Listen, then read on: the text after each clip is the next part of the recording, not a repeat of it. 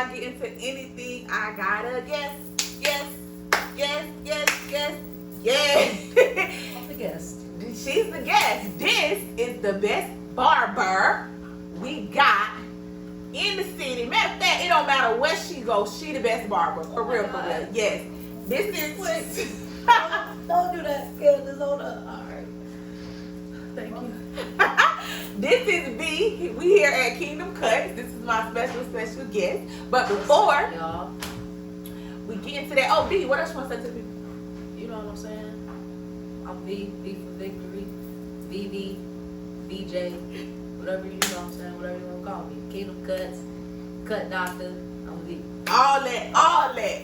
So, we got to do our theme song. Everybody ready? All right. You ready? Okay. Candis, talk today. Tuesday.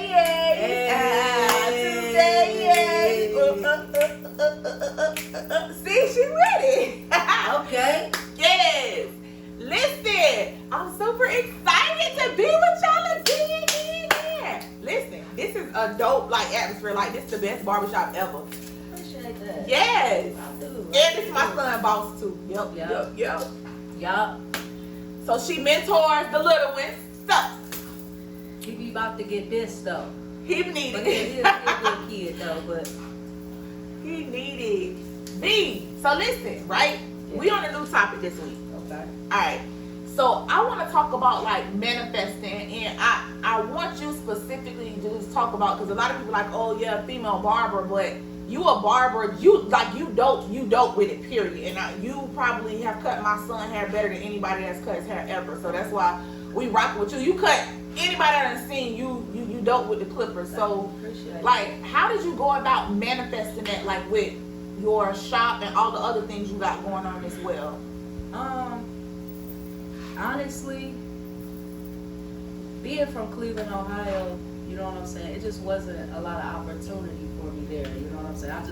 I'm not gonna say it wasn't a lot of opportunity. Maybe it was just the people that I was around, you know what I'm saying, my surroundings, and I kind of felt trapped. So something told me man, you need to get out of this environment.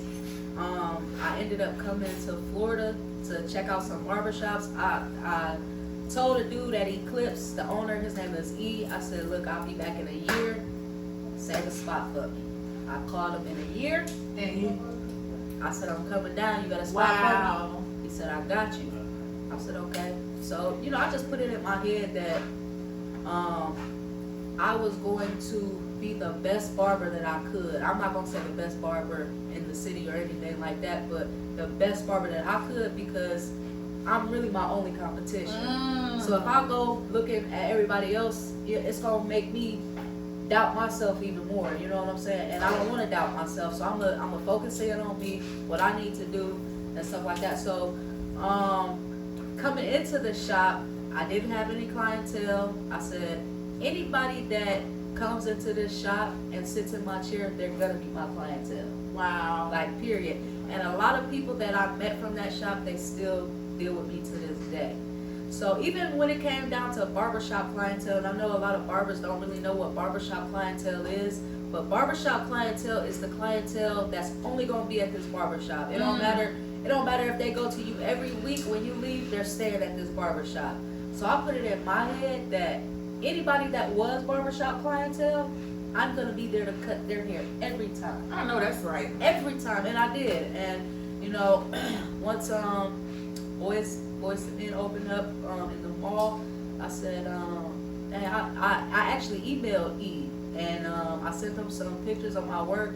I told him I was new in the time. I really was only here for 6 months at that time. Wow. And he was like, shoot, come on through. You know what I'm saying? So the very first day, I had built up a clientele in 6 months. Hey. The very first day we went into Boys to Men was a Saturday. I was the only person who had clientele that was just coming in, flowing, right? Wow.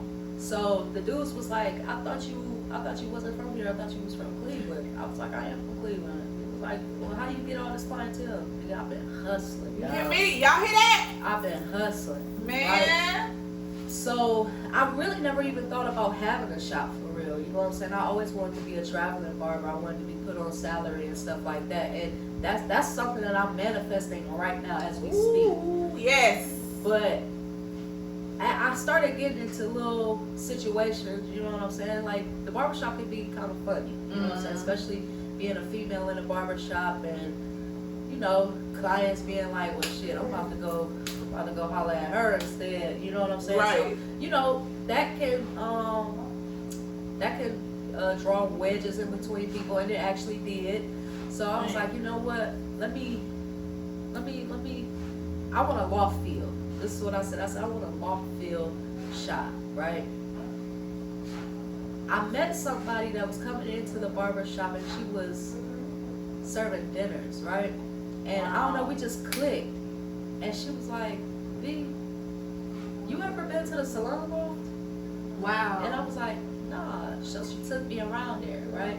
And she was like, "Nah, I already said it in my head that I wanted a loft feel, right?" Yeah. And I believe wow. that, like, this is what I'm gonna get. I'm gonna get a loft feel for my shop, right? So she took me around there, and bless her heart, because she's not even living today. And I just remember her always come. Once I actually got into the salon loft, I just remember her always coming to my loft, and you know what I'm saying. She'll just, because we talked every morning, right. actually. But she would tell me, she'd be like, "Look in the mirror," and I look in the mirror, and she was like, "You're so beautiful." You stupid. So I'm gonna say, you know, people come into your life for reasons and seasons. So she came into my life at a time where I really was like, I want to leave this place. I know what I want. I can make it on my own, right? Wow. And she introduced me to the salon loft. So then I'm in the salon loft. A dude actually comes in there. Now at this time I'm saying I want a loft feel, but I want my apartment at the top of it. Wow. Right? So a dude comes into my chair. He's actually a pastor, and his armor bearer is in there with him. I'm cutting his hair, and we talking, and he's saying, "You're not gonna be in this shop. You're not gonna be in here for 9 months." He said, "You're not even gonna be in here for a year." That's what he said. He said, "You ain't gonna be in here for a year." I was like, "Thank you." You know what I'm saying? Just right. You know what I'm saying? Thank you for being positive. You know what I'm saying? Right. So I never seen him again after that, though. Right? Now he's on my Facebook, like we talk every day, but after that I never seen him again. Wee. So I'm like, still like, yeah, I want a loft feel, you know what I'm saying, with my apartment at the top. Now at this time, a couple months went by. Now I'm actually looking for this spot, wow. right? And I looked for the spot, and it was this. Wow. Right? And at the time, my record was pretty bad, so they wouldn't give me a regular apartment. So this actually was the only thing that I could afford at first. So I'm like, dang, this might be perfect. I could live upstairs. My shop could be right here. Wait a minute, that's exactly what I said. What you said. Wow, y'all hear about this manifesting? You see how everything is aligned. But I believed in it, though. I believed it. Like, you can't manifest unless you actually believe in yourself and believe in what you want. So, my brother, I got an older brother that lives here, and he sent me a picture. He was like, "V, check this out." It was the same building that I was looking at. That's crazy.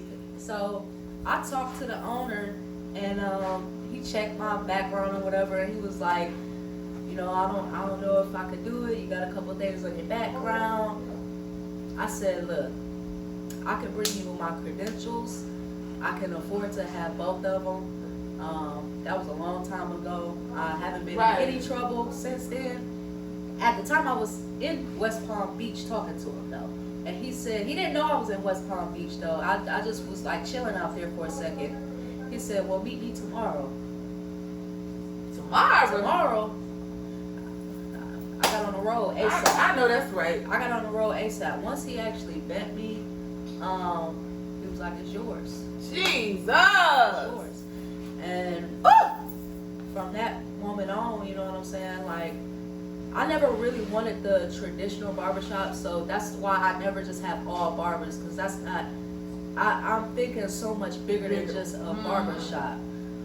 So like I said, I'm still in a manifesting season right now, but for the most part, that's actually how I manifested everything. I just believed in myself for real, and I worked hard. You cannot manifest without believing and actually putting the work in. Do y'all hear this?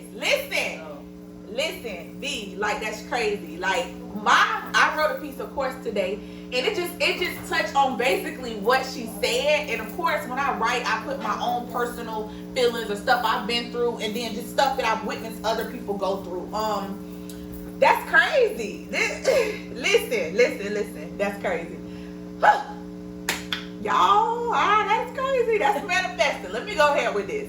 So, you just gonna sit there and wait for them to keep showing you that they ain't even ever gonna change. You teaching them how to move and treat you, so that's going to always remain. Doing marital duties and putting your all in, they about to have you looking stupid again. To add insult to injury, you wait for life to keep passing you by. You keep writing in that journal talking about how all the plans you have and your dreams gonna cause you to fly. You think that's all it takes, right? See, manifesting is more than sitting, thinking, and speaking it into existence. You gotta put in work too. Cloud watching ain't all a dreamer supposed to do. Expecting fruit when you ain't putting no labor. Man, you too grown and the world don't owe you no favors. And nah, your purpose ain't supposed to wait till later. Manifesting is seeing it before it happens, then putting in the necessary work to make it happen. Realistically though, you live in a world where we rather follow a trend than focus on and better the man within. That's just a snippet of manifesting, and basically just talking about how we just let basically the world pass us by.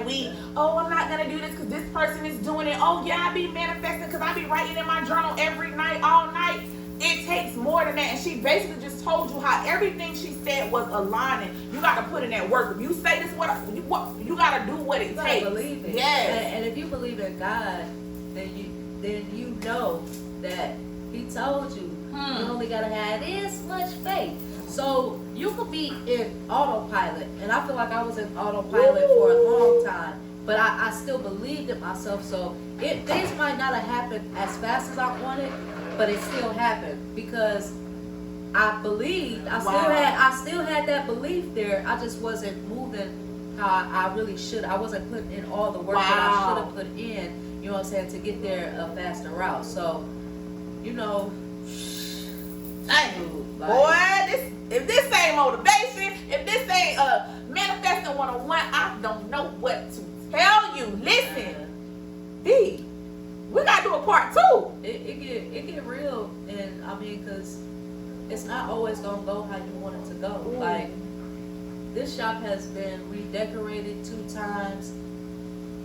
It's been a slew of people coming through here. You know what I'm saying? And at the end of the day, I still believed in me. You know what I'm saying? Like, so, for instance, after COVID, everybody left, right? And I honestly was like, man, I'm done. But I looked at myself in the mirror. I said, bitch, I said, that ain't even you. That ain't even you. It's not even you to lay down. Like, it ain't. So I was like, man, my mama ain't taught me to lay down. I'm not laying down. Like, I'm not about to be defeated. The devil ain't gonna win. I know ever. that's right. Yes. So once again, I had to like reprogram my mind and be like, nah, you about to do this. You about to do this. And this is how, when things are aligned, because I feel like everybody that really was in my shop for a long time, they were referred to me from somebody, and we just kind of clicked like that, right? Wow. So one of my clients was like, hey, I know a girl, she probably looking for a shop, which was Bree, the dread tech. Right. And I hit her up or whatever, and she texted me the next morning, and she was like, man, when I seen your text, I cried. Wow. She was like, I literally was looking for a good place to be, you know what I'm saying, where I could better myself, build my clientele, you know what I'm saying? So, wow. And everything else just started to fall in line, you know what I'm saying? So That's, like, man, this here, boy. See, I keep doing this. I got the goosebumps. Listen, we gotta have her back, definitely. Like, this is, y'all really, really, like, listen to what she's saying. Like, and if it resonates with you, definitely, man, take some notes, like, share, save. That's real. Like, that's crazy. Like, and that, you hear it from somebody that's successful. Like, you hear it from somebody that's, man. And I'm not even as successful as I want to be right now. Wow. Like I said, I'm still in a manifesting season. I'm still, you know what I'm saying, like, nah, I'm about to do this now. You know what I mean? When I say I'm about to do it, I'm about to do it now. Like, you know what I'm saying? A part of me was actually afraid to beat myself, right? Certain clientele that I had, I was like, oh man, I can't really be myself around them. And then all of a sudden it hit me. I said, I'm gonna be me.